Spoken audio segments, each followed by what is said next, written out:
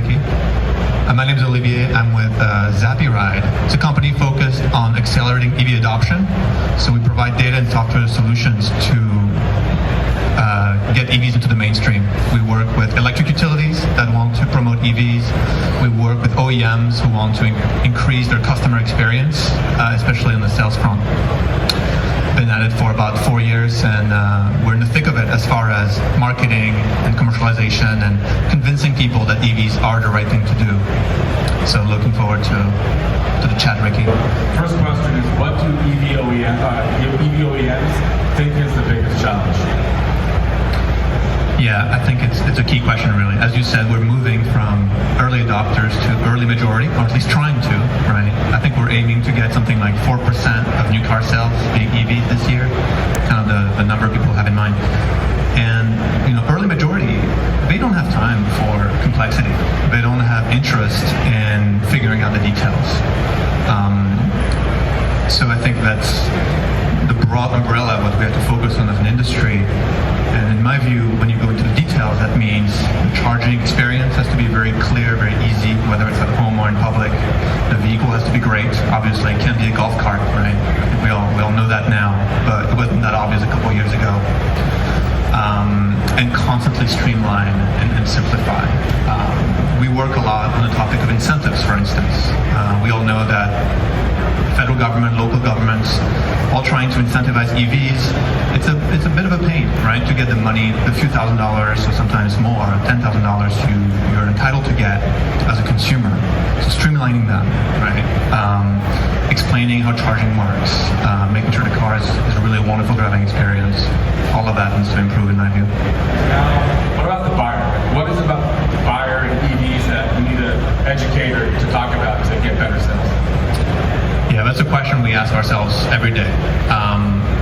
And what's fascinating about this is people have different interests, different preferences, different ways of buying vehicles. A lot more so on the consumer side than probably what you're experiencing on the commercial side. And so the reality is it's an extremely complex decision process, right? So there's 50 things people could be thinking about. Of course, you're asking, what are the top 5 things, right, that consumers want? I think we're moving into this, well, you have to differentiate, I think, a little bit. Places like California, where there's a little bit more familiarity already, and the rest of the country, to paint it a broad brush. I think in California, people are already familiar with the concept, so the idea of an EV is already there, and the question is more of, is it for me, right? It's been demonized, so to speak. It's not a dirty word anymore.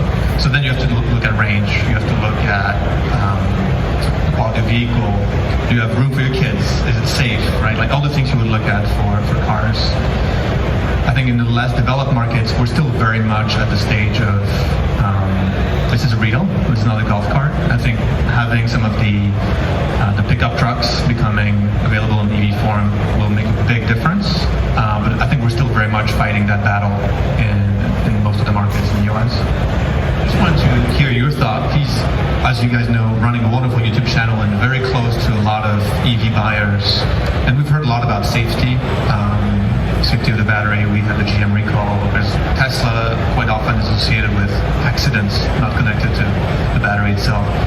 I'm curious, from your perspective, interacting with EV buyers all day, has this become a thing that they're worried about with EVs or not? And is it overblown if yes? Yeah, so there's definitely kind of a spectrum, but I will say perception is reality. And the data typically shows that you're more likely to have a fire with a gas car than an EV, but that doesn't make the news. Nobody on the 7 o'clock news is talking about another car. Like, we've all probably seen a car on the side of the road on fire at least once a month or something. It happens. That's not news, but if any electric vehicle catches fire, it is breaking news on everybody's TV, which is part of the media part that it's part of why I do the channel that I do, is because I don't think the media does a good job at all. There's just too much like old money with oil companies and everything else.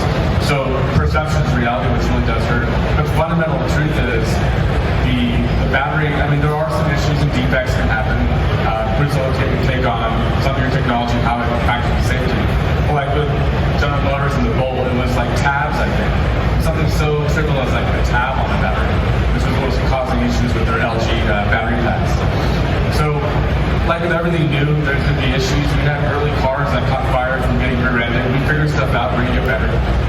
perception definitely is reality. I mean, there's beyond the battery pack, EVs are so much safer in terms of having a low center of gravity. They're almost impossible to flip over compared to like in the US, SUVs are kind of king. And they're horribly unsafe. People think they're so safe in their SUVs, but the reason why they're not is it's incredibly easy to flip over.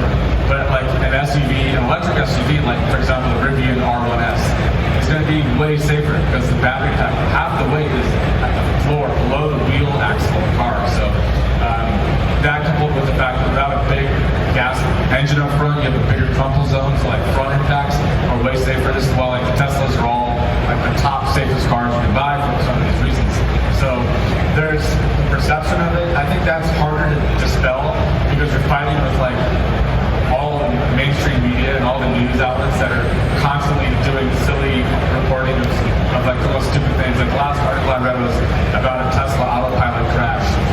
The guy was like drunk, passed out on autopilot for an hour and a half. How is that a story? The story here is over consumption of alcohol during a pandemic, not EVs or Tesla or autopilot. Anyways, that's the world we live in. It is kind of what it is. So if we switch gears and talk about the technology and the battery pack, what do we need to see in terms of development, range, charge speed, durability? You mentioned all those kind of points. What do we need to see a large level of adoption? 10% of new car sales being EV. Are we there today? Do we need to see more range, better charging speeds? What do you guys think about that? Government's role. That's right. So, I mean, depending on your political views, you're going to have different opinions on this, but it's involved now. So, what should the government's role be if we want to see better adoption? I can talk about the different, I have my own views, but I can talk about the different views out there. Clearly places like California and New York, their position is the government has to bootstrap this market. They have been putting money on the table, big amounts for a little while now. Networks are being built and so forth. Probably, maybe the quality and the sustainability of all this is questionable, but it's kind of a bootstrapping role, right? I can't speak, of course, to the material. I'm sure you'll have a lot to say about supply chain. As far as customer education and the amount of push that the government should do about EVs, I just came back from Europe.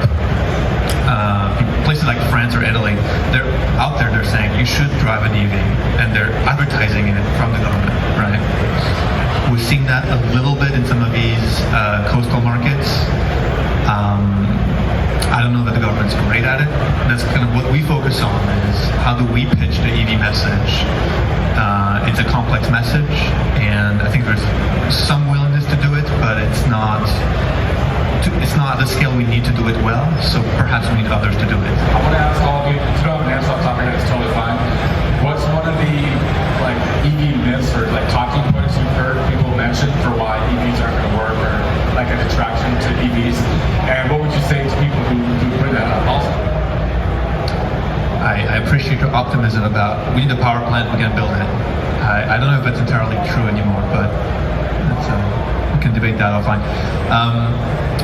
The pushback I hear quite often from folks who are really thoughtful about this is, you tell me EVs are clean, but are they really that clean, right? And question number one is, there's a lot of coal on the grid, so, is it really that clean? I'm sure you guys have seen all the studies. It turns out EVs are cleaner. For most of the US, they're more or less at parity with gas in places where the electricity mix is very coal heavy. If you're in Wyoming, perhaps. West Virginia, Wyoming, you're probably about a parity, but anywhere else, you're going to be a lot cleaner. And there's a lot of confusion about that, but every time I get a chance, I try to push that message. The other question is, we talked about this earlier, is, lithium, all these metals, is that clean? Does that come from child labor in Africa? And I know we can certainly address it, I'm sure. And then recycling, right? Is it really that clean when we have all that lithium in batteries? And my answer to that is, we're working on it, but I don't know that we have a supply chain or a recycling sector set up quite yet. Who else should be taking responsibility to make sure the industry jumps the shark in terms of education, in terms of overcoming these myths? Are they living up? Who should be doing it? And are they putting enough focus focus into overcoming myths and getting adoption. Yeah, what we've seen is a lot of I shouldn't do it, you should do it, right? The OEMs are saying, oh, the government wants us to sell EVs, well, help us. And then the government or the utilities say, oh, well, OEMs should do their own marketing and their own sales.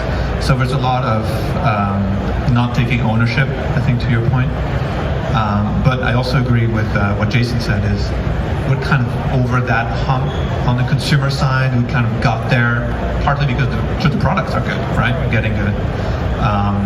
And so the problem solves itself over time. They're going to see an opportunity for a business case, and they'll probably adopt it. Prior to that, I think they're going to do the Heisman. I'll just comment that I would not want to be an oil and gas executive today. It must be a very uncomfortable situation.